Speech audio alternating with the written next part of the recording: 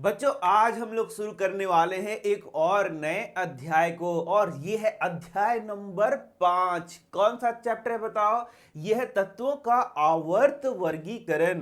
तो बच्चों class 9th में ही हम लोगों ने तत्वों के बारे में पढ़ा है। हम लोगों ने देखा है कि हमारे आसपास जितने भी पदार्थ हैं किसी न किसी तत्व से मिलकर बने हैं। और यहां पर अब देखोगे कि अभी तक कुल 118 ज्ञात तत्व हैं, यानी कि इनकी जानकारी वैज्ञानिकों को है। और यहां पर तुम देख सकते हो ये है हमारा पीरियोडिक टेबल यानी कि आवर्त सारणी। ये है आधुनिक आवर्त सारणी बच्चों, जहां पर तत्वों को वर्गीकृत किया गया है, तत्वों को बहुत अच्छे से सजाया गया है।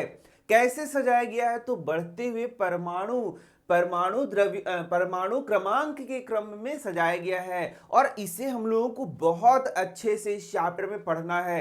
यह है आधुनिक आवर्त सारणी। ठीक है, तो यहां पर देखोगे कि कैसे 118 जो तत्व है उनको यहां पर सजाया गया है। बच्चों क्लास 9th में तुमने तत्वों के बारे में पढ़ा है और तत्वों का क्या क्या पढ़ा है? तत्वों का परमाणु क्रमांक पढ़ा है, परमाणु भार पढ़ा है और सबसे पहला चीज तो मैं भूल ही गया, जो तत्व होते हैं उनका क्या पढ़ा है? यस, उनका सिंबल पढ़ा है। तो यहां देख सकते हो तुमने जो तत्व पढ़ा है जैसे हाइड्रोजन हो गया, हीलियम हो गया, उधर देख सकते हो, फिर लिथियम हो गया, बेरिलियम हो गया, boron, carbon, nitrogen, oxygen, fluorine, neon. इस तरीके से तुमने 20 तक कम से कम याद किया होगा। याद करो। तो क्या 20 ही तत्व होते हैं? नहीं बच्चों, अभी तक कितने तत्व ज्ञात हैं? 118 तत्व तुम देख सकते हो यहां पर ज्ञात है। तो इन तत्वों को तो अभी 118 तत्व ज्ञात हैं। तो क्या शुरुआत में यानी कि बहुत साल पहले भी 118 तत्वों के बारे में जानकारी वैज्ञानिकों को था? बिल्कुल नहीं था। शुरुआत में कुछ तत्वों की ही जानकारी वैज्ञानिकों को थी और धीरे धीरे क्या हुआ, वैज्ञानिकों को अन्य तत्वों के बारे में जानकारी होता चला गया। तो शुरुआत से ही वैज्ञानिकों ने क्या किया, तत्वों को सजाने का कोशिश किया, उसको वर्गीकृत करने का कोशिश किया, उसको अरेंज करने का कोशिश किया।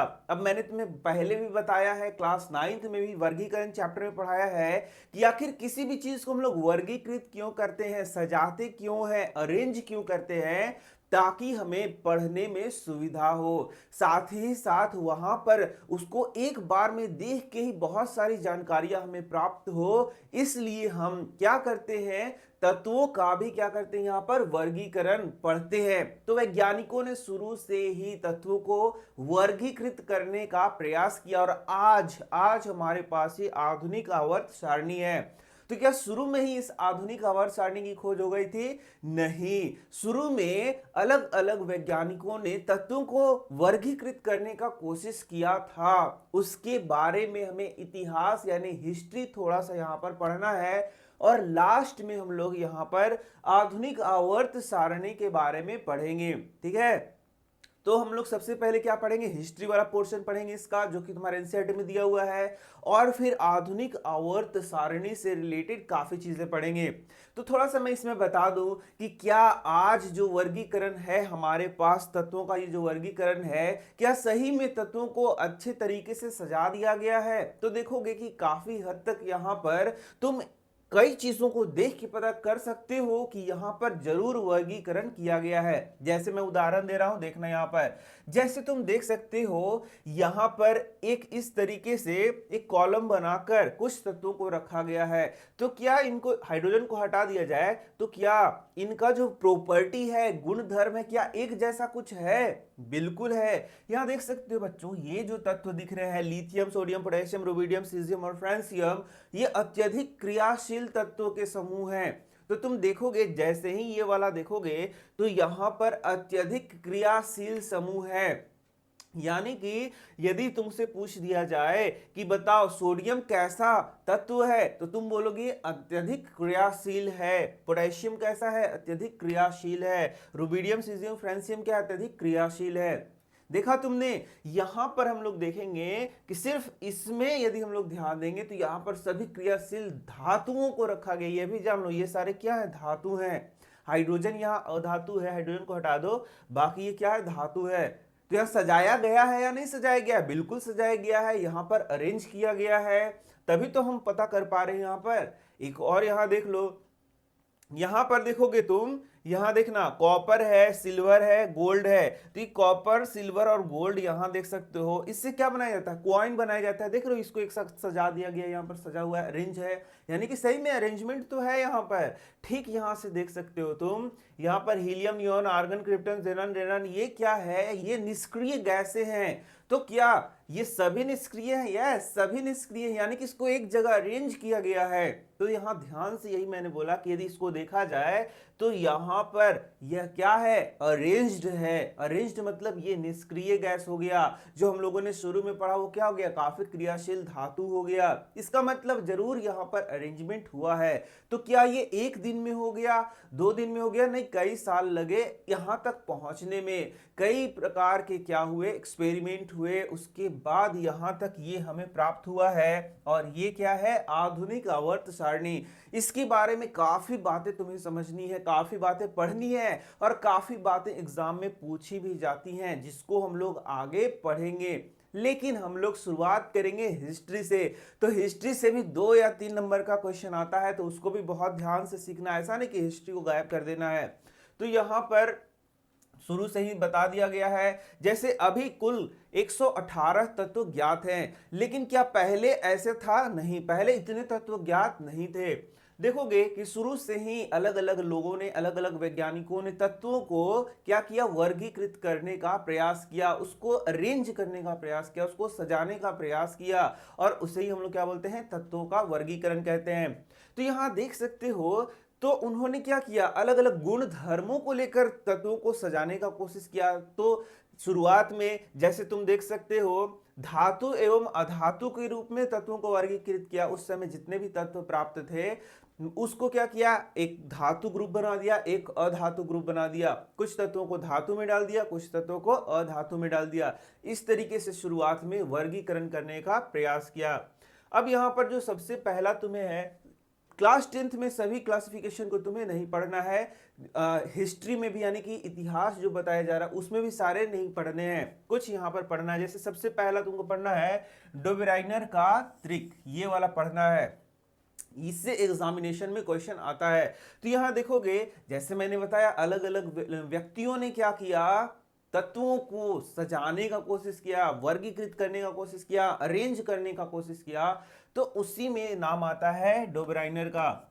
तो यहां पर जो हिस्ट्री हम लोग पढ़ रहे हैं, उसमें तुमको यह देखना है कि ये जो था, ये तत्वों के परमाणु द्रव्यमान या भार पर आधारित था। ये बात ध्यान देना, किस पे आधारित था? परमाणु द्रव्यमान पे आधारित था। जबकि हमारा जो आधुनिक आवर्त सारणी है वह परमाणु क्रमांक पर आधारित है। यह एग्जाम में क्वेश्चन तुमसे पूछता है कि जो आधुनिक आवर्त सारणी है वह किस पे आधारित है? तो परमाणु क्रमांक पे आधारित है। जबकि जो पीछे वाला जो हम लोग पढ़े, जैसे डोबेराइनर का त्रिक है, तो वह किस पे आधारित है? परमाणु द्रव्यमान पर आधारित है।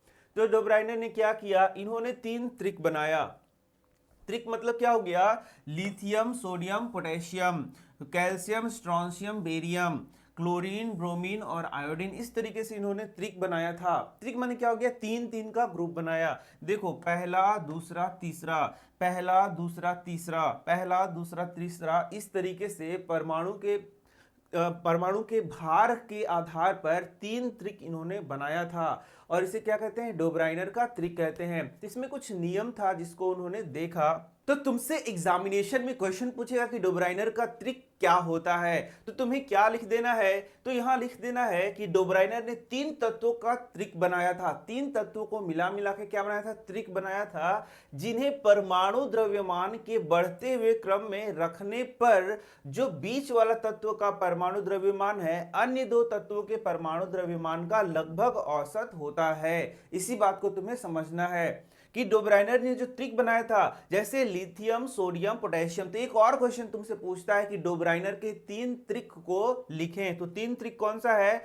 Lithium, sodium, potassium, calcium, strontium, barium और क्लोरीन, ब्रोमीन और आयोडीन। तो ये तुम्हें याद भी रखना है। डोबेराइनर का 3 त्रिक पूछेगा कि कौन कौन है, तो ये तुम्हें नाम लिख देना है। अब जो नेक्स्ट चीज मैंने बताया कि उनका त्रिक क्या कहता है, उनका त्रिक कहता है, जैसे एक उदाहरण से देख लेंगे कि उन्होंने तीन तत्वों को बढ़ते हुए परमाणु भार के क्रम में सजाया। देखो, पहला का 35.5 है, दूसरा का 79.9 है और तीसरा का 126.9 है। तो उनका त्रिक क्या कहता है? उन्होंने बोला कि पहले और लास्ट तत्व के परमाणु द्रव्यमान को जोड़ दिया जाए और उसका औसत निकाला जाए तो वह लगभग बीच वाले के क्या होता है? बराबर होता है। जैसे क्या हुआ समझो जरा सा, ये पहला हो गया और ये लास्ट हो गया, इन दोनों को जोड़ा जाए तो 35.5 और जोड़ दिया गया 126.9, तो जोड़ोगे तो क्या हो गया? 9 5 14,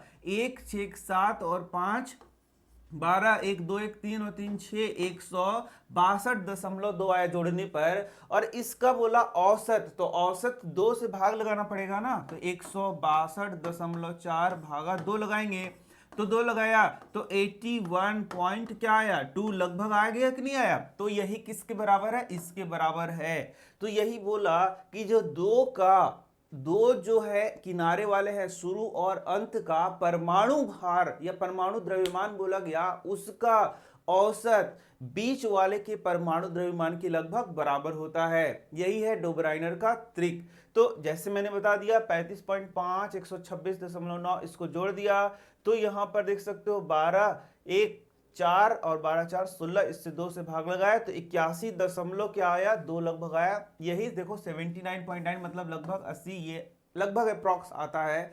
तो इस तरीके से ये है डोब्राइनर का त्रिक। 3 त्रिक पूछेगा तो ये तीनों तुम लिख देना एग्जाम में। अब यहां पर देखोगे डोब्राइनर उस समय तक केवल 3 ही त्रिक ज्ञात कर सके थे, सिर्फ 3 बनाया था त्रिक उन्होंने, पहला, दूसरा और तीसरा।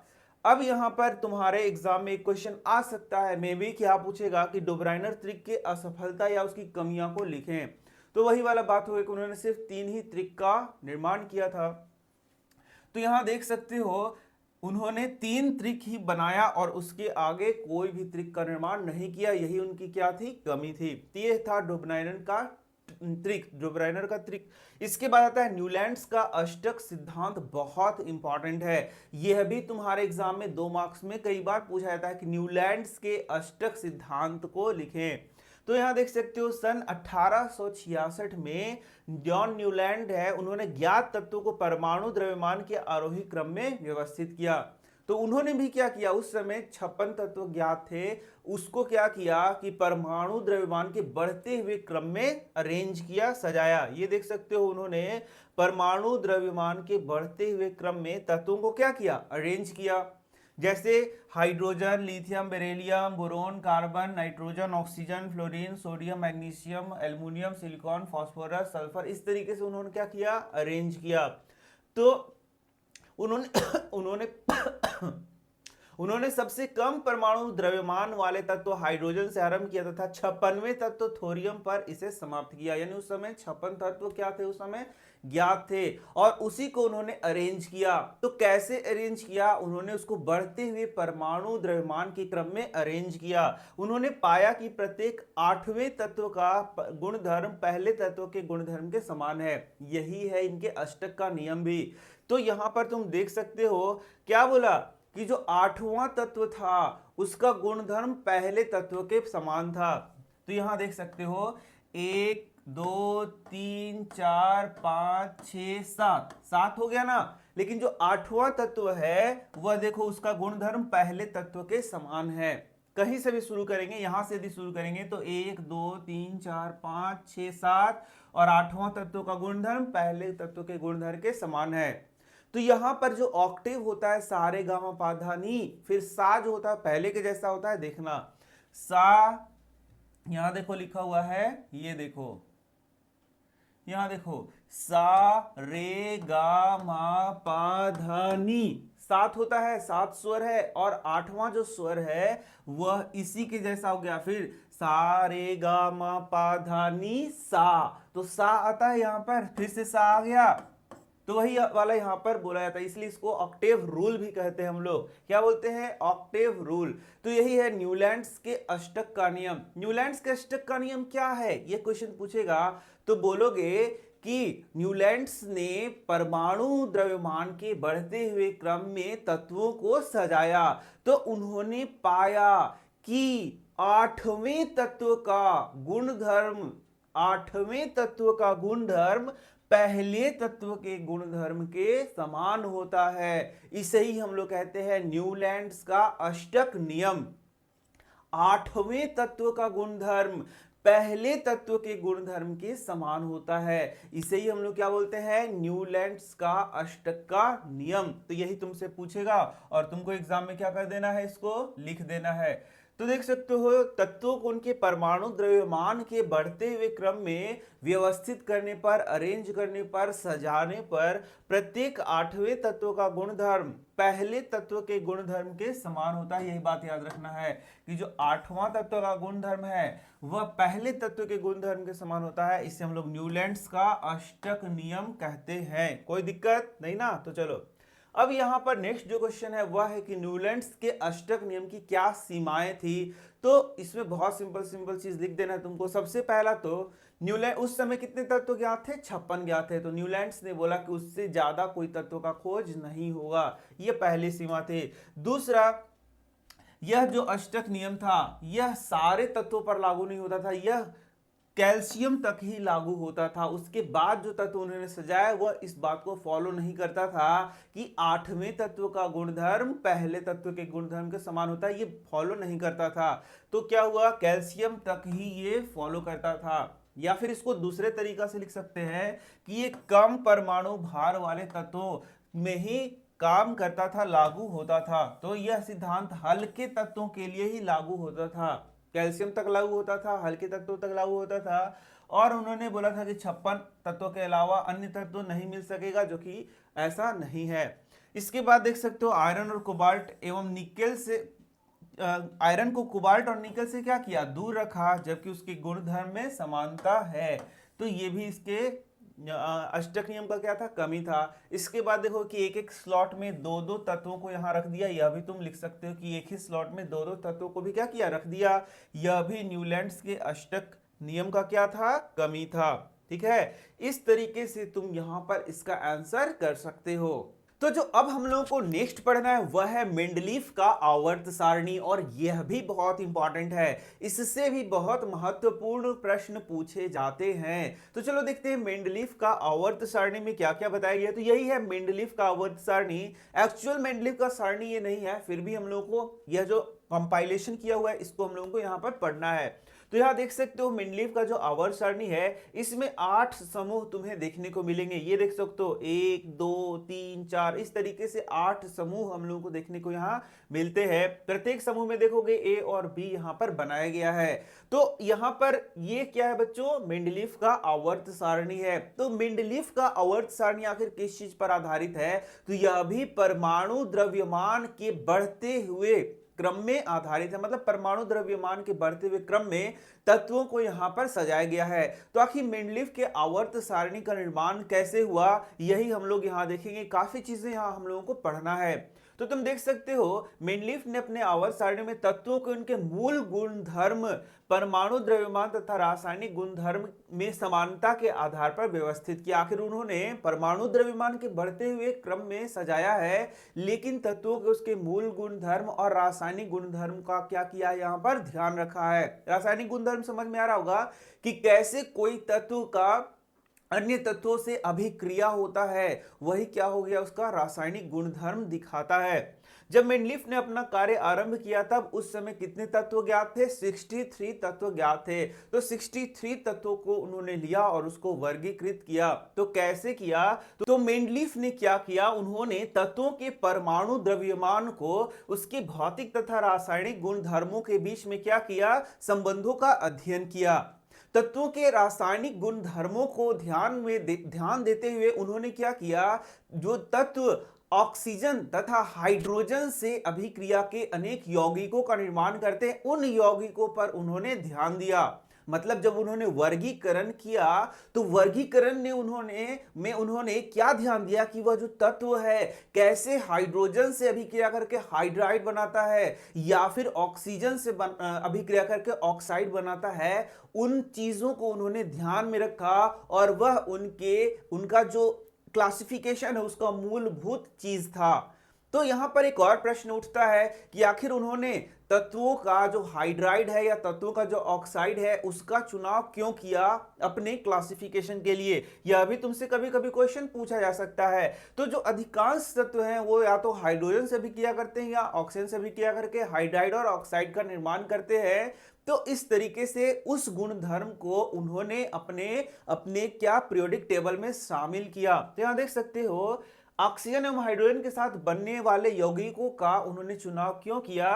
तो उन्होंने ऑक्सीजन एवं हाइड्रोजन का इसलिए चुनाव किया क्योंकि ये अत्यंत सक्रिय हैं। ऑक्सीजन और हाइड्रोजन अत्यंत सक्रिय होते हैं जो कि ज्यादातर जो तत्व हैं उससे अभिक्रिया करके ऑक्साइड और हाइड्राइड बनाते हैं। इसलिए उन्होंने इसको कंसीडर किया और तत्व से बनने वाले हाइड्राइड एवं ऑक्साइड के सूत्र को तत्वों के वर्गीकरण के लिए क्या माना, मूलभूत गुणधर्म माना। यहां तुम देख सकते हो कि तत्वों का जो ऑक्साइड है और हाइड्राइड है, ऑक्साइड और हाइड्राइड, इसको उन्होंने मूल गुणधर्म माना अपने क्लासिफिकेशन के लिए, अपने पीरियोडिक टेबल के वर्गीकरण के लिए। तो ये बहुत ही इंपॉर्टेंट पॉइंट है जो कि तुम्हें यहां पर पूछा भी जा सकता है और तुम यहां पर आसानी से लिख सकते हो।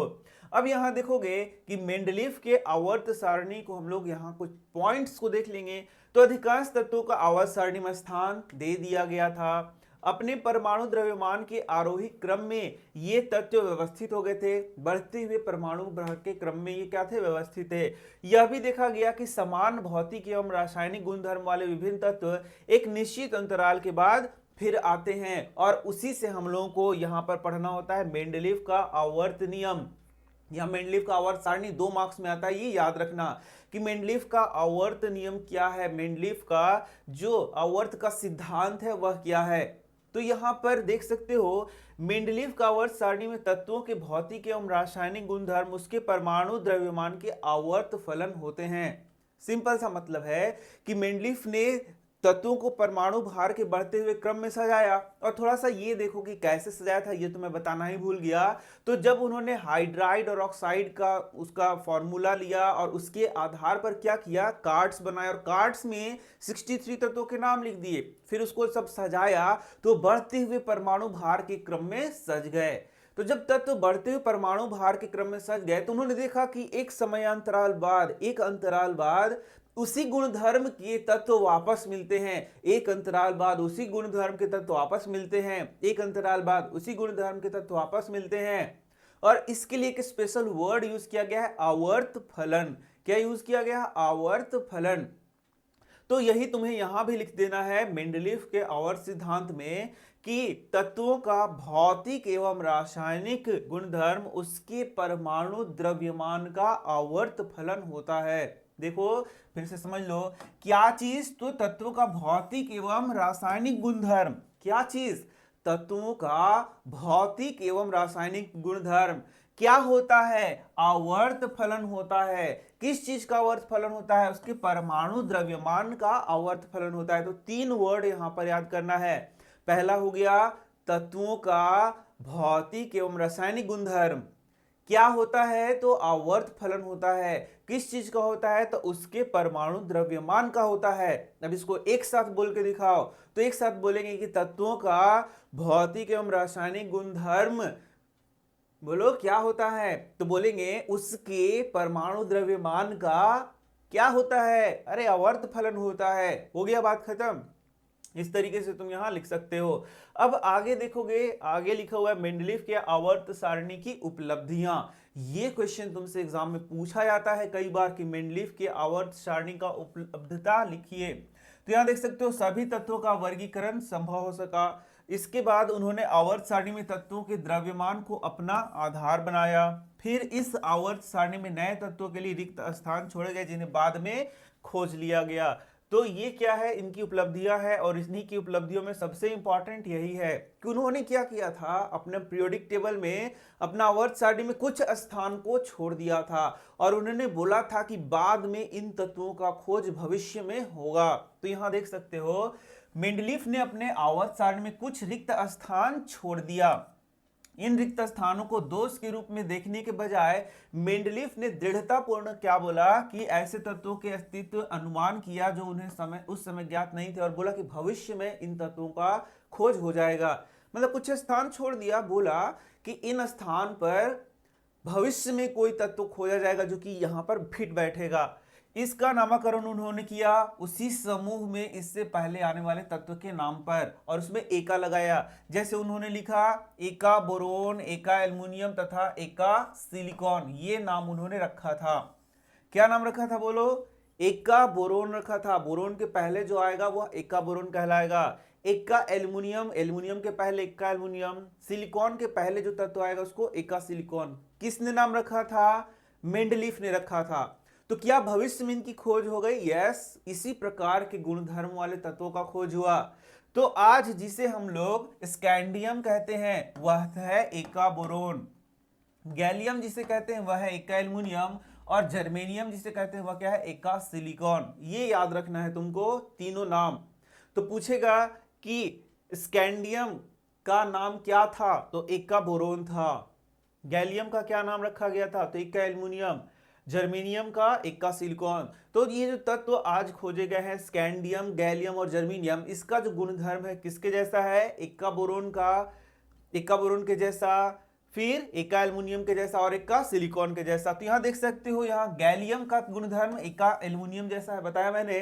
तो यहां देख सकते हो इसका परमाणु द्रव्यमान 68 था, तो इसका 69.7 है। ऑक्साइड का सूत्र है E2O3, तो इसका Ga2O3 है। क्लोराइड का सूत्र है ECl3, तो इसका GaCl3 है। इसका मतलब क्या हो गया? ये जो गैलियम है जो आज खोजा गया वह किसके जैसा है? हाँ, मेंडलीफ के एका एल्युमिनियम के जैसा है। तो यही बात क्या है? इसका उपलब्धि है। इसके बाद देखोगे कि जब अक्रिय गैसों का पता चला तब पिछली व्यवस्था को छेड़े बिना ही इन्हें नए समूह में रख दिया गया। यह भी क्या था? एक इनका उपलब्धि था। ये अक्रिय गैसों का खोज क्या हो गया? बहुत बाद में हुआ, क्योंकि वो किसी अन्य तत्वों से रिएक्शन नहीं करते, इसलिए अक्रिय गैसों का खोज क्या हुआ था? बहुत बाद में हुआ। उसको भी बिना यहाँ कुछ छेड़छाड़ किए हुए बगल में रख दिया गया। यह भी क्या था? इसका एक उपलब्धि था। अब देखोगे कि मेंडलीफ के आवर्त सारणी की कमी क्या है। तो यहां पर मेंडलीफ के आवर्त सारणी में 3 कमियां तुम्हें लिखना है। पहला तो यह है कि मेंडलीफ का आवर्त सारणी में हाइड्रोजन का न्याय संगत स्थान नहीं है, ये तुम्हें पता है। दूसरा, इस आवर्त सारणी में समस्थानिकों के लिए स्थान नहीं है। अब देखो यहाँ समस्थानिकों के लिए स्थान नहीं है, इसका क्या मतलब हुआ? समस्थानिकों के लिए स्थान नहीं है। समस्थानिक किसे कहते हैं? जिसका परमाणु क्रमांक 1 होता है लेकिन परमाणु द्रव्यमान अलग अलग होता है। जैसे H1, H1 और H1, और इसका 1, 2 और 3। तो परमाणु क्रमांक तीनों का 1 है लेकिन परमाणु द्रव्यमान 1, 2 और 3 है।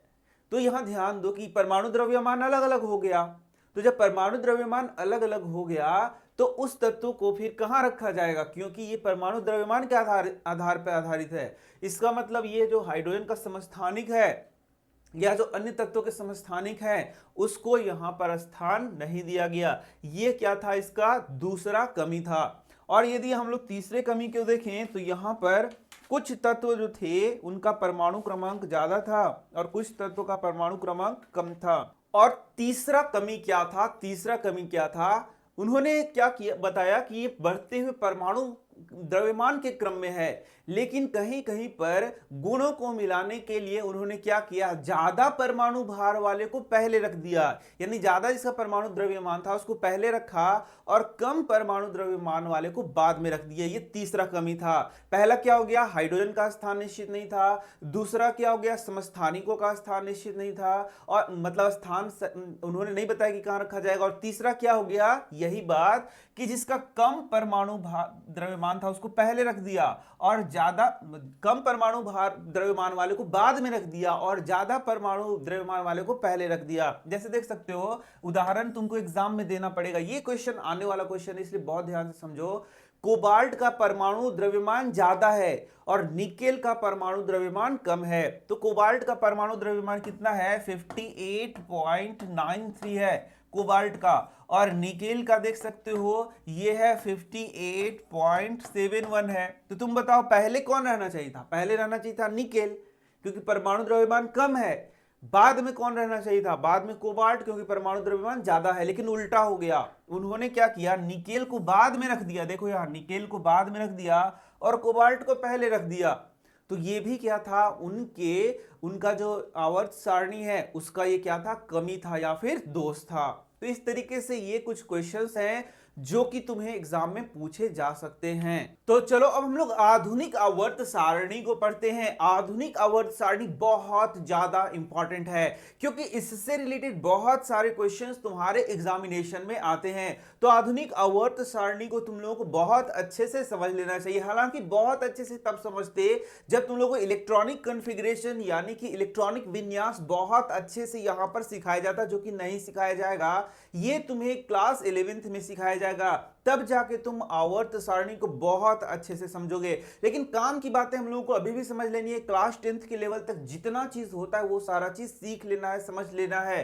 तो यह है आधुनिक आवर्त सारणी। यदि मैं बात करूं कि अभी तक जो हम लोग हिस्ट्री पढ़ रहे थे उसमें जो तत्वों को सजाया गया था वह किस आधार पर सजाया गया था, जरा आंसर करके बताओ। बहुत अच्छे, परमाणु द्रव्यमान के बढ़ते हुए क्रम में उनको सजाया गया था। लेकिन आधुनिक आवर्त सारणी में तुम देख सकते हो यह तत्वों को बढ़ते हुए परमाणु क्रमांक के आधार पर सजाया गया है। जैसे तुम देख सकते हो यहां पर हाइड्रोजन है, हीलियम है, lithium, beryllium, boron, carbon, nitrogen, oxygen, fluorine, neon, इस तरीके से बढ़ते हुए परमाणु क्रमांक के आधार पर यहां पर इसको सजाया गया है। तो यहां पर आखिर परमाणु संख्या यानी परमाणु क्रमांक के आधार पर इसको सजाने का क्या अर्थ है, तो यहां देख सकते हो यहां पर 1913 में जो मोस्ले थे उन्होंने क्या बताया कि जो तत्वों का रासायनिक गुण है या भौतिक गुण है वह किससे ज्यादा रिलेट करता है, तो वह उसके परमाणु क्रमांक से ज्यादा रिलेट करता है। और इस कारण से उन्होंने परमाणु संख्या को आधार बनाया और उस तरीके से फिर आधुनिक आवर्त सारणी का क्या हुआ, निर्माण हुआ। तो यहां पर तुम देख सकते हो यही है आधुनिक आवर्त सारणी जो कि परमाणु क्रमांक पर आधारित है। ठीक है, तो इसके पहले जो हम लोगों ने पढ़ा है वह पता है कि परमाणु भार के आधार पर व्यवस्थित किया गया था, जो हम लोगों ने पढ़ा था। तो यहां पर अब हम लोग थोड़ा सा आगे बढ़ लेते हैं और यहां पर कुछ चीजें मैं बता दे रहा हूं जो कि क्लास 9th का है कि परमाणु क्रमांक क्या होता है। तो तुम देख सकते हो कि जो परमाणु क्रमांक होता है वह किसी भी परमाणु के नाभिक में उपस्थित प्रोटॉन की संख्या जो होती है वही उसका क्या होता है, वही उसका परमाणु क्रमांक होता है। जैसे देख सकते हो हाइड्रोजन है, तो हाइड्रोजन का यह एक परमाणु है जिसके केंद्र में क्या है, नाभिक है। देखो यही क्या है, नाभिक है। ये तुम्हें क्लास 9th में पढ़ाया गया होगा। यह है नाभिक और इसी के चारों ओर कक्षा में इलेक्ट्रॉन क्या करता है, मूव करता है, यानी कि घूमता रहता है। तो अब बात है कि हाइड्रोजन का परमाणु क्रमांक कितना होगा, तो हाइड्रोजन के नाभिक में जितना प्रोटॉन होगा उतना ही इसका क्या होगा, परमाणु क्रमांक होगा। तो हाइड्रोजन के नाभिक में कितना प्रोटॉन्स की संख्या है, एक, तो इसका परमाणु क्रमांक क्या हो गया, एक। ठीक इसी तरीके से यदि यहां देखोगे कार्बन का एटम को दिखाया गया है, तो कार्बन में प्रोटॉन की संख्या कितनी है, तो 6 है। देख सकते हो प्रोटॉन्स की संख्या 6 है, तो इसका परमाणु क्रमांक भी क्या हो जाएगा, 6 हो जाएगा। ठीक इसी तरीके से मैग्नीशियम के न्यूक्लियस में यानी नाभिक में प्रोटॉन की संख्या कितनी है, 12 है, तो मैग्नीशियम का परमाणु क्रमांक भी क्या हो जाएगा, 12 हो जाएगा। ठीक है, तो इस तरीके से ये परमाणु क्रमांक डिसाइड होता है, जैसे कि तुमने 9th में भी पढ़ा होगा। तो अब कुछ और बातों को देख लेते हैं यहां पर ही, और आगे उसका फिर से तो चर्चा करना ही है। यहां देख सकते हो, तो यदि हम लोग परमाणु की बात करें बच्चों, तो यहां पर परमाणु के नाभिक में पॉजिटिव चार्ज होता है, यानी कि धनायन होता है। क्या होता है, धनायन, जो कि प्रोटॉन के रूप में होगा। जबकि तुम देखोगे कि इसके चारों ओर क्या रहता है, इलेक्ट्रॉन घूमते रहेगा, और यह जो इलेक्ट्रॉन है उस पर निगेटिव चार्ज होगा, यानी कि ऋणायन। तो यहां जो परमाणु है उसके चारों ओर, नाभिक के चारों ओर इलेक्ट्रॉन घूम रहा है, वह ऋणायन होगा, और परमाणु के नाभिक में प्रोटॉन होगा जो कि क्या होगा, धनायन होगा। और इस तरीके से एक परमाणु जो है वह इलेक्ट्रिकली क्या होता है, न्यूट्रल होता है, मतलब वह अनावेशित होता है, क्योंकि जितना प्रोटॉन है उतना ही इलेक्ट्रॉन इसमें रहेगा। एक यदि अनावेशित परमाणु है तो जितना प्रोटॉन है उतना ही इलेक्ट्रॉन होगा। जैसे कार्बन में 6 प्रोटॉन है तो इलेक्ट्रॉन भी 6 होगा। मैग्नीशियम में प्रोटॉन है 12, तो इलेक्ट्रॉन भी क्या होगा 12। ये सारा चीज होता है। तो यही मैंने बताया। अब यहां पर ये जो इलेक्ट्रॉन है वह नाभिक, वह जो है सो किस तरीके से यहां कक्षाओं में व्यवस्थित है, उसी को हम लोग बोलते हैं इलेक्ट्रॉनिक विन्यास, जो कि कब पढ़ना है, वह पढ़ना है आगे की कक्षाओं में। तो यहां पर जो इलेक्ट्रॉनिक विन्यास हम लोग निकालते हैं, अभी हम लोग निकालते हैं जो इलेक्ट्रॉनिक विन्यास, तुम्हें पता होगा क्लास 9th में तुमने सीखा है इलेक्ट्रॉनिक विन्यास निकालना। जैसे कि मान लो कार्बन का 6 है तो इलेक्ट्रॉनिक विन्यास 2 और 4 लिखते हैं, याद आ रहा है। ठीक इसी तरीके से यदि हम लोग देखें कि यहाँ मैग्नीशियम का 12 है तो इलेक्ट्रॉनिक विन्यास निकालते हैं, 2 है, 8 है और 2 है। यदि क्लोरीन का मैग्नीशियम हम लोग निकालेंगे तो क्या हो जाएगा, 2, 8 और 7। इसी तरीके से कैल्शियम का निकालेंगे तो क्या हो जाएगा, 2, 8, 8 और 1। ये इलेक्ट्रॉनिक विन्यास है कि नहीं है।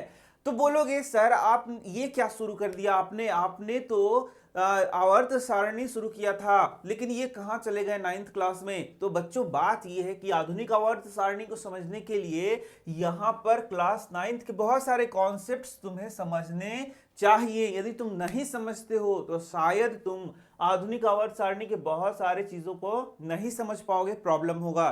तो यहां पर मैंने यही बताया था तुम्हें, याद करो कि यहाँ नाभिक है और ये कक्षा है, और इन्हीं कक्षाओं में ये इलेक्ट्रॉन क्या कर रहा है, घूम रहा है। तो ये मान लो कि नाभिक है तो यहाँ पॉजिटिव चार्ज हो गया, और यहाँ पर 2 इलेक्ट्रॉन घूम रहा है, यहाँ 4 इलेक्ट्रॉन घूम रहा है, किसमें, कार्बन में।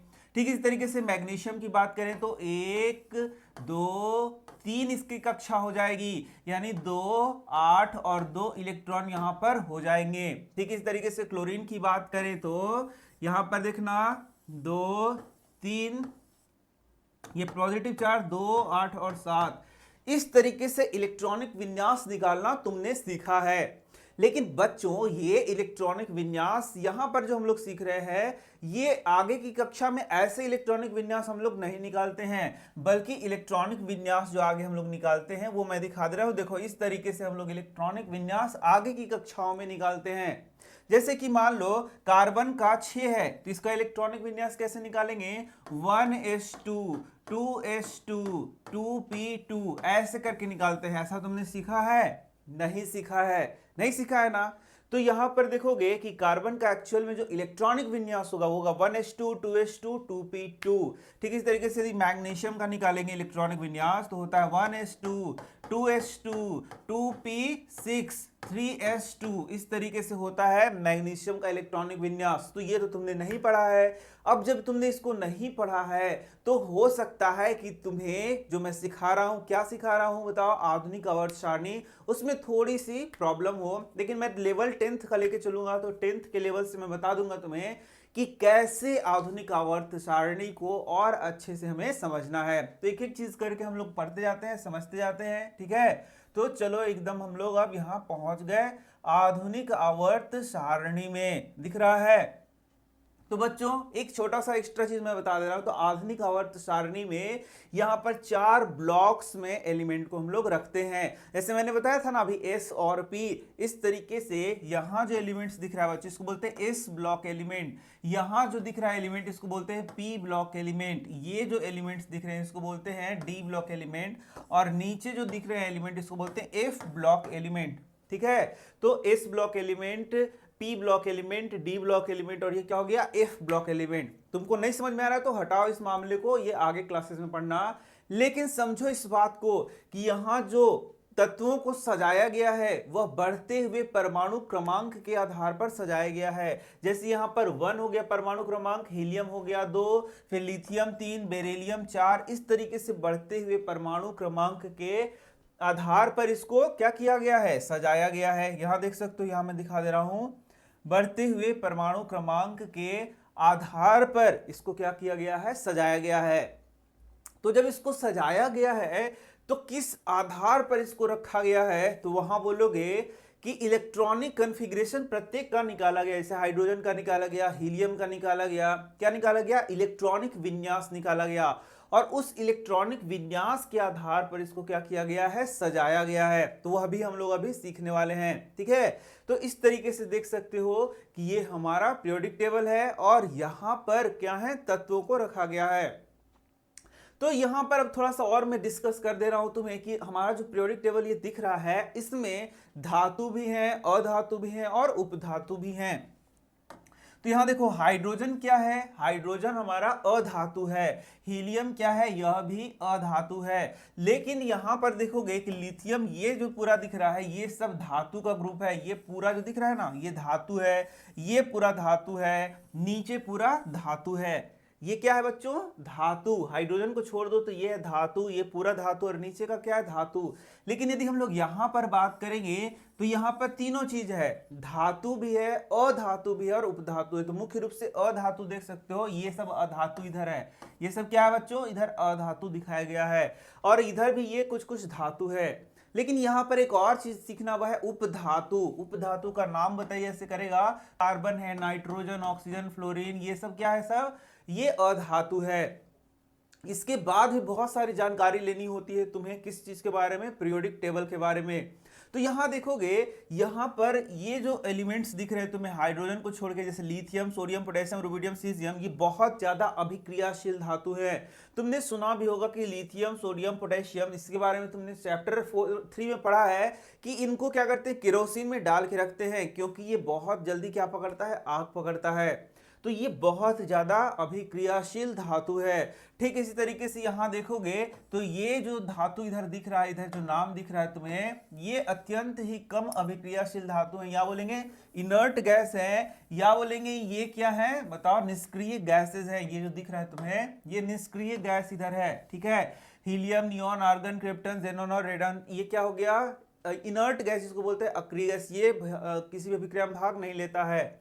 जबकि कार्बन के बारे में तुमने पढ़ रखा है, कार्बन सीधा क्या है, एक चैप्टर ही कार्बन के बारे में पढ़ाया गया है।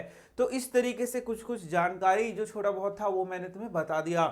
तो अब बात आता है कि जो तत्व है उसको कैसे हम लोग यहां पर सजाते हैं, कैसे उसको यहां पर रखते हैं। तो इसका उत्तर है, उसके इलेक्ट्रॉनिक कॉन्फ़िगरेशन के आधार पर हम लोग क्या करते हैं, इसको यहां पर रखते हैं, तत्वों को यहां पर सजाते हैं। तो देखो इसी तरीके से इलेक्ट्रॉनिक कॉन्फ़िगरेशन निकाला जाता है, जो कि आगे क्लासेस में सीखोगे। और इस आधार पर यदि लास्ट में P आता है तो उसको P ब्लॉक एलिमेंट में डाल देते हैं। देखो यहां पर इसको हम लोग बोलते हैं P ब्लॉक एलिमेंट। तो इलेक्ट्रॉनिक कॉन्फ़िगरेशन जब निकालते P आएगा तो उसको इसमें रख देंगे, S आएगा तो उसको यहां रख देंगे, D और F को यहां रखते हैं। इस तरीके से कोई भी तत्व है उसका इलेक्ट्रॉनिक कॉन्फ़िगरेशन निकाला जाता है और उसके आधार पर तत्वों को यहां पर क्या किया जाता है, रख दिया जाता है। ठीक है, अब और भी चीज सीखोगे। तो जो मेन चीज था वो तो मैंने नहीं सिखाया, क्या था वो, वह है यहां पर इसके ग्रुप कितने हैं। ये देखो ये सब है ग्रुप्स, ये सब क्या है, ग्रुप्स। तो ये 18 ग्रुप है।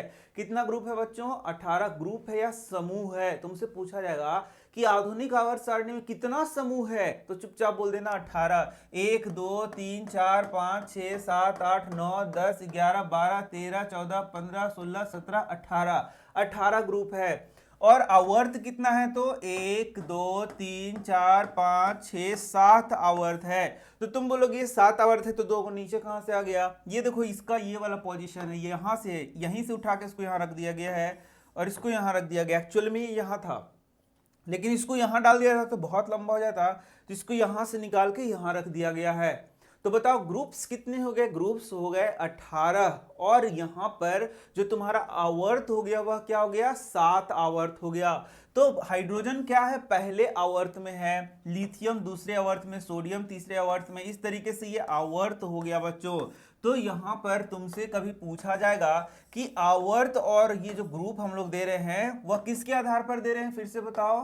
तो इलेक्ट्रॉनिक विन्यास के आधार पर दे रहे हैं। किसके आधार पर दे रहे हैं, इलेक्ट्रॉनिक विन्यास के आधार पर।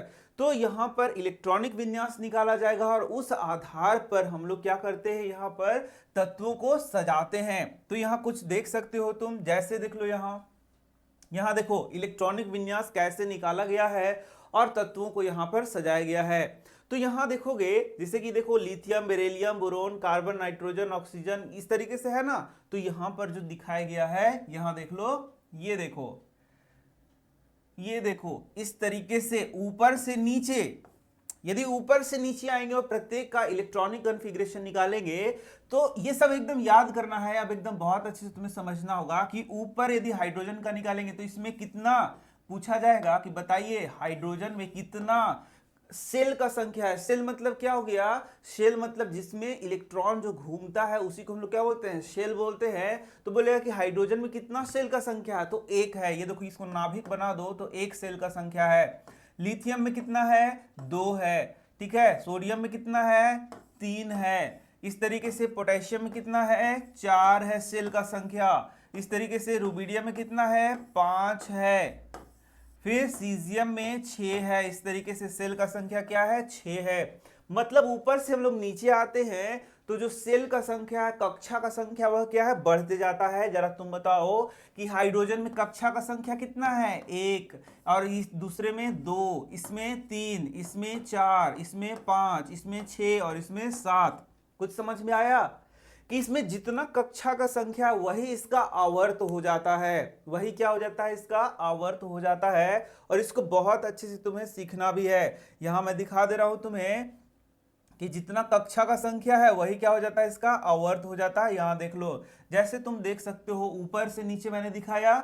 हाइड्रोजन यहां लिख दो, यदि हाइड्रोजन लिख दो ऊपर में, तो ये एक हो गया हाइड्रोजन का। तो देखो हाइड्रोजन का कक्षा कितना है, एक। फिर लिथियम में दो कक्षा है, सोडियम में तीन, देख लो कक्षा है, एक दो तीन। पोटेशियम में एक दो तीन चार, रुबिडियम में एक दो तीन चार पांच, सीजियम में 6 और फ्रांसियम में कितना हो गया, 7 कक्षा हो गया। ठीक है, तो ये जो कक्षा दिखा रहा है बच्चों, यही कक्षा दिखा रहा है उसके आवर्त को। यानी कि जितना कक्षा होगा वही उसका आवर्त का संख्या हो जाएगा। समझ में आ रहा है कि नहीं आ रहा है? यदि समझ में आ रहा है मतलब तुम्हें यहाँ इलेक्ट्रॉनिक कॉन्फ़िगरेशन थोड़ा सा समझ में आता है, और यदि नहीं समझ में आ रहा है तो हो सकता है तुम्हें इलेक्ट्रॉनिक कॉन्फ़िगरेशन यानी इलेक्ट्रॉनिक विन्यास कुछ नहीं समझ में आए। कक्षा समझते हो ना? कक्षा क्या होता है कि जो नाभिक है उसके चारों ओर कक्षाएं हैं जिसमें इलेक्ट्रॉन घूमती है। मैंने पढ़ाया था ना क्लास 9th में, याद है? तो इन्हें ही हम लोग कक्षा कहते हैं जिसमें इलेक्ट्रॉन घूम रहा है। तो यदि तुमसे कोई पूछे कि हाइड्रोजन में कितना कक्षा है, तो सिर्फ एक ही कक्षा है। लिथियम में 2 कक्षा है, सोडियम में 3 कक्षा है, ठीक है। ठीक इसी तरीके से पोटेशियम में 4 है, रुबिडियम में 5 है, सीजियम में 6 है और फ्रांसियम में 7 कक्षा है। तो ये कक्षा क्या बताता है, यही कक्षा बताता है उसके, बताओ क्या बताता है, उसके आवर्त को बताता है। ये जो कक्षा का संख्या है उसके आवर्त को बताता है। तो आवर्त हम लोग कैसे डिसाइड करेंगे, उसके कक्षा के संख्या से। अभी मैं पूछ रहा हूं, तुम बता देना, तो तुम्हें ये यानी कि समझ में आ गया होगा। तो बताओ हाइड्रोजन का आवर्त कितना है, तुम्हें तो दिख रहा है हाइड्रोजन का आवर्त कितना है, दिख रहा है ना, हाइड्रोजन का आवर्त एक है। मैंने बताया ना, ये पहला आवर्त है, दूसरा आवर्त है, इंग्लिश में पीरियड बोलते हैं, तीसरा आवर्त है, चौथा आवर्त है, पांचवा है, छठा आवर्त है, सातवां आवर्त है। तो यदि पूछा जाए कि बताइए कार्बन किस आवर्त में है, तो तुम क्या करोगे, कार्बन का इलेक्ट्रॉनिक कॉन्फ़िगरेशन निकालोगे। तो कार्बन का इलेक्ट्रॉनिक कॉन्फ़िगरेशन कितना होता है, 2 और 4 होता है ना। कार्बन का इलेक्ट्रॉनिक कॉन्फ़िगरेशन होता है 2 और 4, यानी 2 कक्षा है। कितना कक्षा है, 2 कक्षा है। तो कार्बन का यदि 2 कक्षा है तो आवर्त क्या है, तो 2 है। बहुत सिंपल सा है। चलो देखो एल्यूमिनियम का बोलेगा कि आवर्त क्या है। तुमसे एग्जाम में पूछ दिया कि बताइए एल्यूमिनियम का आवर्त क्या है, तो तुम क्या करोगे, एल्यूमिनियम लिखोगे, लिखोगे 2, 8 और 3, पहला कक्षा, दूसरा कक्षा, तीसरा कक्षा। यानी एल्यूमिनियम में कितने कक्षाओं की संख्या है, 3। तो तुम झट से बोल देना कि अरे एल्यूमिनियम का आवर्त कितना है, 3। देखो एक आवर्त, दूसरा और ये तीसरा, देखो तो एल्यूमिनियम का आवर्त संख्या क्या है, 3 है। कैसे पता किया, इलेक्ट्रॉनिक कॉन्फ़िगरेशन से पता कर लिया। यानी कि उसका हम लोगों ने इलेक्ट्रॉनिक विन्यास निकाला और उससे पता कर लिया। चलो अभी नेक्स्ट देखते हैं। तो बोलेगा कि बताइए कैल्शियम का क्या आवर्त है, जरा बताइए। तो तुम कुछ मत करना, कैल्शियम 20 होता है, इसका इलेक्ट्रॉनिक विन्यास निकालना, 2, 8, 8 और 2, ये इलेक्ट्रॉनिक विन्यास हो गया। तो जरा बताओ तो कौन सा कक्षा हो गया, 4 कक्षा हो गया। 1 कक्षा, 2 कक्षा, 3 कक्षा और ये 4 कक्षा। यानी कि ये पहला, दूसरा, तीसरा, चौथा, देखो यहाँ पर है ना कैल्शियम, यानी कि 4 कक्षाएं हैं कैल्शियम में। तो इस तरीके से हम लोग कक्षा यहाँ पर आवर्त को पता कर लेते हैं। आवर्त कैसे पता करेंगे, इलेक्ट्रॉनिक विन्यास निकालेंगे, जितना यहाँ सेल का संख्या है, कक्षा का संख्या, वही उसका आवर्त हो जाएगा, बिना कोई टेंशन का। समझ में आ रहा है ये सारा चीज? एकदम समझना होगा इसको, क्योंकि इसी पे सारा चीज तुम्हारा निर्भर होता है। यहीं से बहुत सारे क्वेश्चंस तुमसे पूछे जाते हैं। चलो, तो ये बात हो गया। तो इसका मतलब है कि यदि इलेक्ट्रॉनिक विन्यास निकाल दिया गया तो इलेक्ट्रॉनिक विन्यास के आधार पर हम लोग बता सकते हैं कि कोई जो तत्व है उसका कक्षा कौन सा है और उसका आवर्त नहीं, उसका आवर्त कौन सा है और उसका वर्ग कौन सा है। तो वर्ग कैसे निकालेंगे उसके लिए क्लास 11th में तुम्हें सीखना पड़ेगा, यहां पर तो नहीं सिखाया जाएगा। तो इस तरीके से देखा तुमने कैसे यहां पर बहुत सारे चीजों को हम लोगों को सीखना होता है। समझ में आ रहा है? चलो, और भी चीजें मैं सिखा रहा हूं, उसके बाद हम लोग आगे बढ़ेंगे और पूरा एक बार पढ़ लेंगे क्या क्या बताया गया है। अब देखना, जैसे मैंने हाइड्रोजन का बताया, एक कक्षा है, बताया ना तुम्हें, एक कक्षा है। लिथियम का 2 कक्षा हो गया, सोडियम का 3 हो गया, पोटेशियम का यहां बना देता हूं 4 हो गया, रुबिडियम का 5 हो गया। जरा देखो इस बात को समझो, 1 2 3 4 5 हो गया। तो यहां पर यदि पीरियोडिक टेबल में देख रहे हैं, या फिर हम लोग यहां पर तुम्हारा हिंदी में क्या बोलेंगे बताओ? यस, पीरियोडिक टेबल को हिंदी बोलते हैं आवर्त सारणी। तो आवर्त सारणी में यदि हम लोग सिर्फ इसका बात करें, ग्रुप 1 इसको कहेंगे, क्या बोलेंगे? ग्रुप 1 का बात करें, तो जरा देख के बताओ कि ऊपर से नीचे आने पर इसका जो साइज है, ये जो साइज है एटम का, यानी कि यह परमाणु का जो साइज दिख रहा है, परमाणु का त्रिज्या जो दिख रहा है, वह बढ़ रहा है कि घट रहा है? तो तुम देखोगे कि यहां पर ये छोटा है, फिर बड़ा, फिर बड़ा, फिर बड़ा, फिर बड़ा, यानी ऊपर से नीचे यदि हम लोग आते हैं, कहां पर बताओ? पीरियोडिक टेबल में यदि ऊपर से नीचे आते हैं तो परमाणु त्रिज्या जो है क्या होता है? बढ़ता है बच्चों। क्या होता है? बढ़ता है। बहुत अच्छे से समझा रहा हूं, समझते जाओ। ये क्वेश्चन तुमसे एग्जाम में पूछा जाता है कि बताइए, यदि पीरियोडिक टेबल में ऊपर से आप नीचे आएंगे तो परमाणु त्रिज्या बढ़ेगा या घटेगा? तो तुम्हें क्या उत्तर देना है कि परमाणु त्रिज्या यहां पर क्या होगा? बढ़ेगा। तो आखिर क्यों परमाणु त्रिज्या बढ़ेगा ऊपर से नीचे आओगे? तो बहुत सिंपल सा नहीं बात हो गया कि जैसे जैसे हम ऊपर से नीचे आते हैं तो यहां पर कक्षाओं की संख्या बढ़ती जाती है। ध्यान से सुनो, जैसे जैसे हम ऊपर से नीचे आएंगे कक्षा की संख्या बढ़ रही है। कक्षा की संख्या बढ़ने के कारण परमाणु का आकार क्या होते जा रहा है? बढ़ते जा रहा है। इस तरीके से यदि ऊपर से नीचे आएंगे तो परमाणु का आकार क्या होगा? बड़ा होगा। लेकिन अब जरा बताना कि क्या हम लोग बाएं से दाएं जाएंगे तो परमाणु का आकार ऐसे जाने पर परमाणु का आकार बढ़ेगा या नहीं बढ़ेगा? बिल्कुल, देख लो, यहां पर मैं सिखा दे रहा हूं। यहां बहुत इंपॉर्टेंट क्वेश्चन है ये कि यदि हम लोग बाएं से दाएं जाएंगे तो क्या परमाणु का आकार बढ़ेगा या नहीं बढ़ेगा? ये सब मैं फिर से बता रहा हूं तुम्हें, यहां पर देखते जाओ, धीरे धीरे बड़ा सब चीज सिखा रहा हूं। तो यदि ऊपर से नीचे हम लोग आ रहे थे, याद करो, तो ये देखो यहां पर परमाणु का आकार क्या हो रहा है? यहां पर ये बड़ा हो रहा है, नहीं हो रहा है? 3 4 5 6, 5 है ये, 1 2 3 4 5 6 हो गया।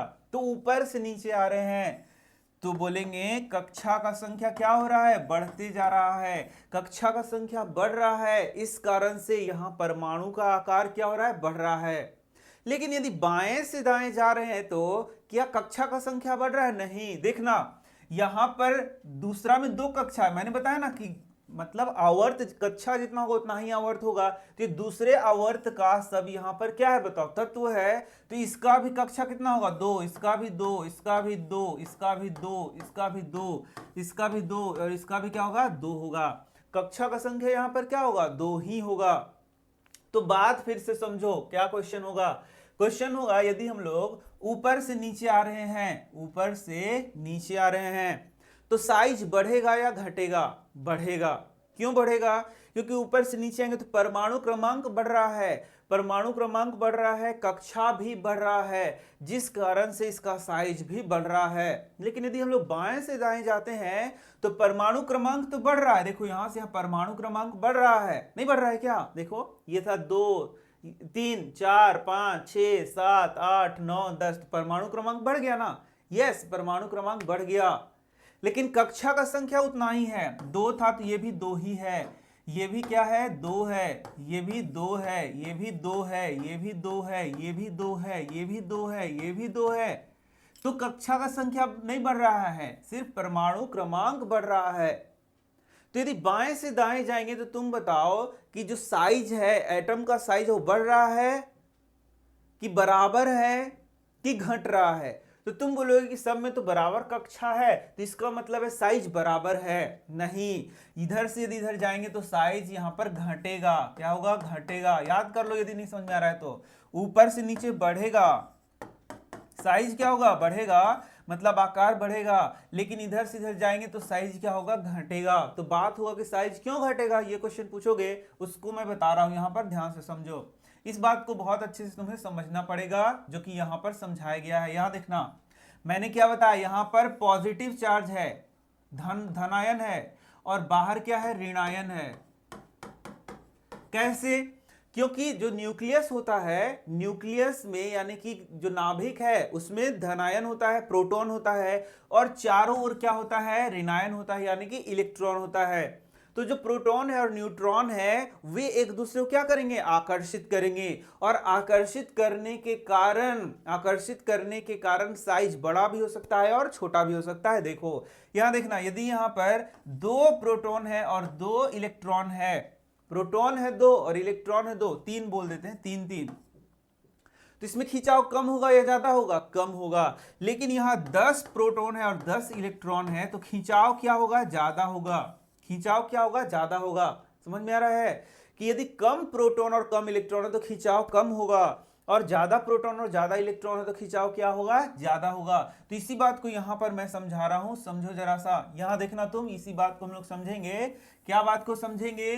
कि यहां पर लिथियम का यदि बात करो तो इलेक्ट्रॉन कितना है? 3, और प्रोटॉन कितना है? प्रोटॉन है 3 और इलेक्ट्रॉन 3 है।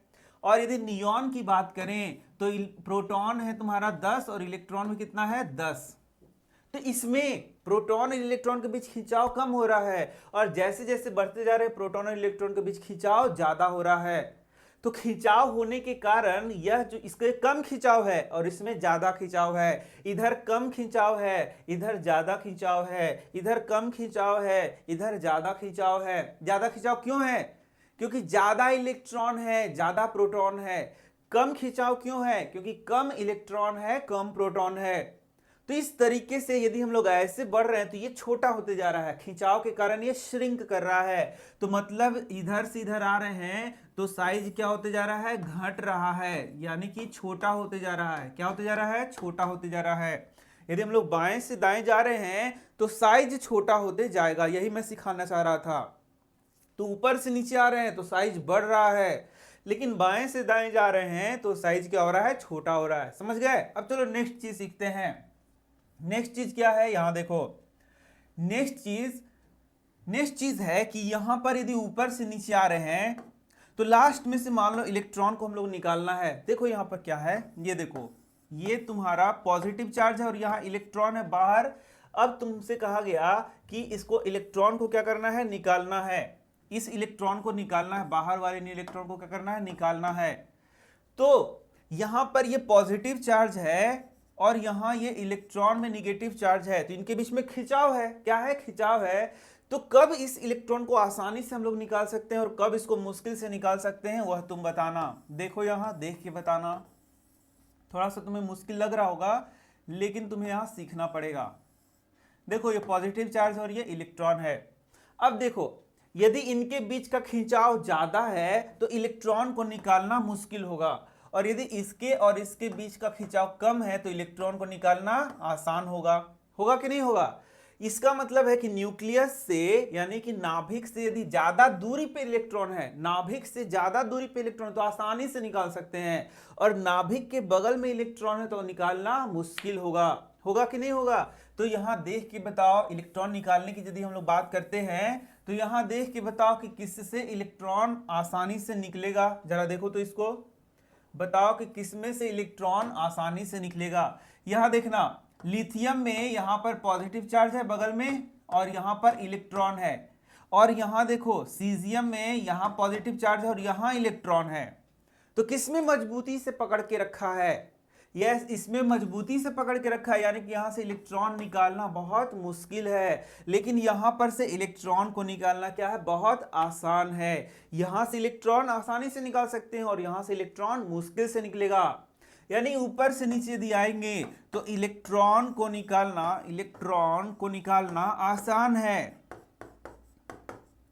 क्योंकि नाभिक और अंतिम इलेक्ट्रॉन के बीच की दूरी ज्यादा है। और ऊपर देखेंगे तो इलेक्ट्रॉन को निकालना मुश्किल है, क्योंकि नाभिक और अंतिम इलेक्ट्रॉन के बीच की दूरी कम है, वो खींच के रखा है। और बच्चों जानते हो इसे ही क्या कहते हैं, इसे ही कहते हैं हम लोग विद्युत धनात्मकता, यानी कि आसानी से कहां से इलेक्ट्रॉन को निकाला जा सकता है। तो ऊपर से नीचे आएंगे तो इलेक्ट्रॉन आसानी से निकाल सकते हैं, लेकिन नीचे से ऊपर जाएंगे तो इलेक्ट्रॉन को आसानी से नहीं निकालते हैं। तो यहीं से एक और टर्म जो मैं बता रहा था कि इसको कहते हैं धात्विक गुण। कोई एक तत्व जो है इलेक्ट्रॉन को देना चाहता है तो उसे हम लोग धातु बोलते हैं। धातु का तुमने पहले परिभाषा पढ़ रखा है, क्या पढ़ा है कि धातु घात वर्ज्य होते हैं, धातु तन्य होते हैं, धातु में सोनोरस होते हैं, आवाज आता है, बहुत सारी चीजें पढ़ रखी हैं। लेकिन धातु का नया परिभाषा हम लोग को यह सीखना है कि जो धातु होते हैं उससे आसानी से इलेक्ट्रॉन को निकाला जा सकता है। तो जब धातु इलेक्ट्रॉन देगा तो कौन सा ज्यादा अच्छा धातु है, कौन सा कम अच्छा धातु, यानी कि धातु में कुछ धातु आसानी से इलेक्ट्रॉन देंगे और कुछ धातु कम आसानी से इलेक्ट्रॉन को देंगे। यदि हम लोग यहां पर हाइड्रोजन को हटा दें तो यदि ऊपर से नीचे आए तो सबसे अच्छा इसमें विद्युत धनात्मक कौन होगा, सबसे आसानी से इलेक्ट्रॉन कौन देगा, तो देख सकते हो सीजियम है, फ्रांसियम, ऐसे इलेक्ट्रॉन आसानी से निकल सकता है। लेकिन यदि हम लोग बात करें लिथियम की तो इससे इलेक्ट्रॉन निकालने में ज्यादा एनर्जी लगेगा। ठीक है, तो इस तरीके से तुम देख सकते हो कि यदि इलेक्ट्रॉन और नाभिक के बीच की दूरी कम है तो इलेक्ट्रॉन को निकालना मुश्किल है, और लास्ट इलेक्ट्रॉन और नाभिक के बीच की दूरी ज्यादा है तो इलेक्ट्रॉन को निकालना आसान है। समझ में आ रहा है? तो इतना चीज तुम्हें मैंने सिखा दिया, आप शुरू से मैं पढ़ दे रहा हूं और वहां से बहुत सारी चीजों को फिर से धीरे धीरे तुम्हें सिखा दे रहा हूं। तो मुझे उम्मीद है कि तुम्हें बहुत अच्छे से सारी चीजें समझ में आ गई होंगी। थोड़ा सा मुश्किल तो है लेकिन सब चीज समझ में आ गया होगा। तो अब हम लोग इसको पढ़ के समझ लेते हैं और पढ़ के मैं उससे बता देता हूं थोड़ा थोड़ा करके। तो देखो यहाँ पर आधुनिक आवर्त सारणी मोसले के द्वारा यहाँ पर इसको बनाया गया, और ये क्या किस चीज पर आधारित है बताओ? यह आधारित है तुम्हारा परमाणु क्रमांक यानी परमाणु संख्या पर आधारित है। समझ में आ गया सारा चीज? चलो अब देखते हैं आधुनिक आवर्त नियम क्या है। तो यहां पर जैसे हम लोगों ने पढ़ा था पीछे, याद है तुमको जब हिस्ट्री हम लोग पढ़ रहे थे तो मेंडलीव का आवर्त का नियम हम लोग पढ़ रहे थे, आवर्त का सिद्धांत पढ़ रहे थे। ठीक उसी तरीके से यहां पर आधुनिक आवर्त नियम हम लोग पढ़ेंगे। यह क्या कहता है? यह बोलता है तत्वों के भौतिक एवं रासायनिक गुण धर्म उसके परमाणु संख्या के आवर्त फलन होते हैं। तो ये मैंने याद भी कराया था, तुम्हें याद होगा कि तत्वों के भौतिक एवं रासायनिक गुणधर्म क्या होते हैं? आवर्त फलन होते हैं। किस चीज के? तो परमाणु संख्या के।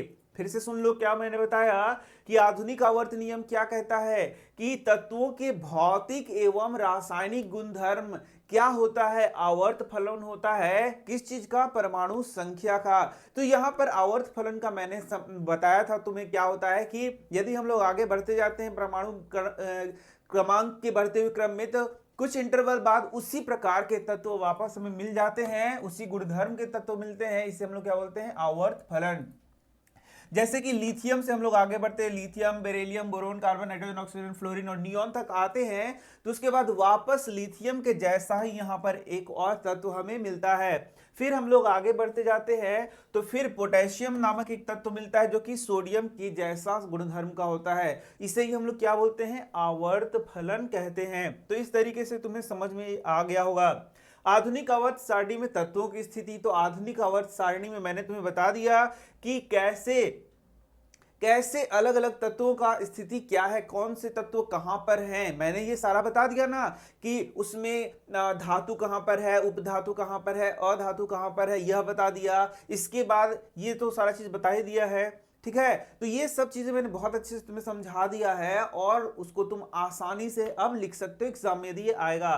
अब एक और एक्स्ट्रा क्वेश्चन यहाँ पर जो लिखा हुआ है वह है आधुनिक आवर्त सारणी और मेंडलीव के आवर्त सारणी में क्या अंतर है। लेकिन लेकिन लेकिन ये VVI क्वेश्चन है बच्चों, इतना इंपॉर्टेंट क्वेश्चन है कि ये एग्जाम में आने का फुल चांस है, फुल चांस मतलब तुम इसको इग्नोर नहीं कर सकते, इस क्वेश्चन को जरूर आ सकता है या आता है। तो देखो सबसे पहला चीज क्या हो गया कि ये आधुनिक आवर्त सारणी परमाणु क्रमांक पर आधारित था। परमाणु क्रमांक के बढ़ते हुए क्रम में हम लोगों ने देखा था कि उसको सजाया गया है, जबकि मेंडलीव का आवर्त सारणी किस पर आधारित है, बोलो, परमाणु द्रव्यमान पर आधारित है। ठीक इस तरीके से देखोगे कि इसमें 18 क्या है ग्रुप्स हैं, 18 स्तंभ है और 7 क्षैतिज पंक्तियां हैं, लेकिन यहां देखो कि 8 ग्रुप हैं और 6 क्षैतिज पंक्तियां हैं। यहां पर तुम देखोगे कि तत्वों के समस्थानिकों को उचित स्थान रखा दिया गया है, लेकिन यहां पर जो हम लोगों ने मेंडलीव का आवर्त सारणी में एक कमी भी पढ़ा था कि तत्वों का जो समस्थानिक होता है उसका उचित स्थान नहीं मिला है, यह हमने पढ़ा था। तो ये भी यहां पर एक अंतर में लिख सकते हो। बहुत ज्यादा इंपॉर्टेंट क्वेश्चन है बच्चों, इसको एकदम ध्यान से समझो। रासायनिक रूप से असमान तत्वों को पृथक पृथक वर्गों में रखा गया है और रासायनिक रूप से असमान तत्वों को एक साथ रखा गया है। ये एक अंतर तुम एक्स्ट्रा लिख सकते हो, नहीं तो 3 अंतर मेन वहां पर तुम लिख सकते हो। तो इस तरीके से तुमने देखा अंतर को। तो जब मैं बता रहा था आवर्त सारणी में तत्वों की स्थिति, तो देखो धातु कहाँ है, अधातु कहाँ है, उपधातु कहाँ है, ये मैंने बता दिया था ना। तो अब देखो यहाँ पर अब कुछ और चीजों को हम लोग यहां पर देख सकते हैं। तो ग्रुप्स मैंने बता दिया था, याद है, जो इस तरीके से था वह क्या है, ग्रुप्स है, 18 ग्रुप्स होते हैं। तो प्रत्येक ग्रुप का यदि बात करें तो एक ग्रुप का यदि बात करें तो उसका संयोजकता क्या होता है, 1 होता है। ये जो ग्रुप है इन सभी तत्वों का संयोजकता एक ही प्रकार का होगा, इनका संयोजकता एक ही प्रकार का होगा, इनका संयोजकता एक ही प्रकार का होगा। संयोजकता तुमने पढ़ रखा है कि अंतिम कक्षा में जो इलेक्ट्रॉन होते हैं उससे हम लोग संयोजकता निकालते हैं, और किसी तत्व का संयोग करने का जो कैपेसिटी है वही क्या होता है, उसका संयोजकता कहलाता है। जैसे इसका संयोजकता क्या हो गया, 1 हो गया, इसका 2 हो गया, इसका 0 हो गया संयोजकता। तो संयोजकता एक ग्रुप में संयोजकता क्या होता है, बराबर होता है। ठीक है, इस तरीके से और भी गुण तुम देख सकते हो। यहां पर पीरियड मैंने बता दिया कि कैसे पीरियड, यदि उसका जो कक्षा होता है इलेक्ट्रॉनिक विन्यास पे, वही उसका पीरियड यानी कि उसका आवर्त को बताता है। ये सारा मैंने बता दिया तुम्हें। किस तरीके से आधुनिक आवर्त सारणी की प्रवृत्ति होती है यह मैंने बता दिया। संयोजकता तुम्हें समझ में आ गया। परमाणु साइज मैंने बता दिया, परमाणु साइज या परमाणु त्रिज्या मैंने बता दिया कि परमाणु के केंद्र से उसके सबसे बाहरी कोश की दूरी को ही परमाणु का साइज कहते हैं। जैसे देखो यहां से ये देखो, ये है न्यूक्लियस, तो इलेक्ट्रॉन मान लो यहाँ पर है लास्ट इलेक्ट्रॉन, तो यहाँ से यहाँ तक के दूरी को क्या बोलेंगे, परमाणु त्रिज्या बोलेंगे। तो इसका साइज मैंने कैसे बताया, ऊपर से नीचे आएंगे तो साइज बढ़ेगा, बाएं से दाएं जाएंगे तो साइज घटेगा। क्यों बढ़ेगा क्यों घटेगा ये सारा मैंने बता दिया तुम्हें। यहाँ पर कुछ और पॉइंट्स देख लेते हैं जो लिखा हुआ है। परमाणु की त्रिज्या को पिकोमीटर में मापा जाता है। कुछ अन्य तत्वों के परमाणु त्रिज्या यहाँ पर देख सकते हो, कैसे तत्वों के परमाणु त्रिज्या को यहाँ पर बताया गया है। आवर्त सारणी के गुण मैंने बता दिया था, अब मैं पढ़ के बता दे रहा हूं। आवर्त सारणी बाएं से दाएं जाने पर परमाणु त्रिज्या घटती है या बढ़ती है, घटती है। नाभिक में आवेश के बढ़ने से यह इलेक्ट्रॉनों को नाभिक की ओर खींचता है, इससे परमाणु का साइज घटता जाता है, ये मैंने बताया। पूछेगा तुमसे कि बायां से दायां जाने पर परमाणु का साइज छोटा होते जाता है, क्यों, तो इसका उत्तर देना पड़ेगा इसलिए साइज छोटा होते जाता है क्योंकि जो नाभिक है वह अंतिम इलेक्ट्रॉन को अपनी ओर खींचेगा, और जितना ज्यादा खिंचाव होगा उस प्रकार से उसका साइज बढ़ेगा या घटेगा। तो ये तुम यहां पर लिख सकते हो। यहां देख सकते हो समूह में ऊपर से नीचे आने पर परमाणु का साइज क्या होगा, बढ़ेगा। क्यों बढ़ेगा यह भी मैंने बता दिया तुम्हें, क्योंकि वहां पर परमाणु क्रमांक बढ़ेगा ऊपर से नीचे आने पर, और वहां पर क्या होगा बताओ, वहां कक्षा का संख्या भी बढ़ते जाएगा, और जब कक्षा का संख्या बढ़ते जाएगा तो परमाणु का साइज क्या होगा, बढ़ेगा, परमाणु का त्रिज्या क्या होगा, बढ़ेगा। सब समझ में आ गया होगा तुम्हें। अब आवर्त में जैसे जैसे संयुग्धक कोष के इलेक्ट्रॉनों पर पार किया जाता है, जाने वाले प्रभावी नाभिकीय आवेश बढ़ता जाता है, इलेक्ट्रॉन त्यागने की प्रवृत्ति घटती जाती है। यह भी मैंने बताया कि जैसे जैसे आवेश बढ़ेगा वैसे वैसे, और साथ ही साथ क्या होगा, उनके बीच का अट्रैक्शन बढ़ेगा, प्रोटॉन और इलेक्ट्रॉन के बीच का, तो लास्ट इलेक्ट्रॉन को निकालना क्या हो जाएगा, मुश्किल हो जाएगा। यह भी मैंने बता दिया। समूह में नीचे की ओर संयोजकता इलेक्ट्रॉन पर क्रिया करने वाला प्रभावी नाभिकीय आवेश घटता है क्योंकि सबसे बाहरी इलेक्ट्रॉन नाभिक से दूर होता है। याद करो, यहाँ जो सबसे नीचे वाला था उसमें जो इलेक्ट्रॉन है बाहर वाला और ये प्रोटॉन है यहाँ, इनके बीच का दूरी काफी ज्यादा बढ़ जाता है, इसलिए इसको इलेक्ट्रॉन को निकालना आसान हो जाता है। लेकिन ऊपर में यहाँ इलेक्ट्रॉन को निकालना आसान नहीं होता है। सब चीज पढ़ा दिया है ना मैंने, एकदम सब चीज पढ़ा दिया है, कोई टेंशन तुम्हें नहीं है। तो यहाँ पर यही वाला एक नेक्स्ट है कि आवर्त में बाएं से दाएं जाने पर धात्विक लक्षण घटता है और ऊपर से नीचे जाने पर धात्विक गुण बढ़ता है। धातु मैंने बताया इलेक्ट्रॉन त्यागने की जो प्रवृत्ति है वही उसको धातु बनाता है।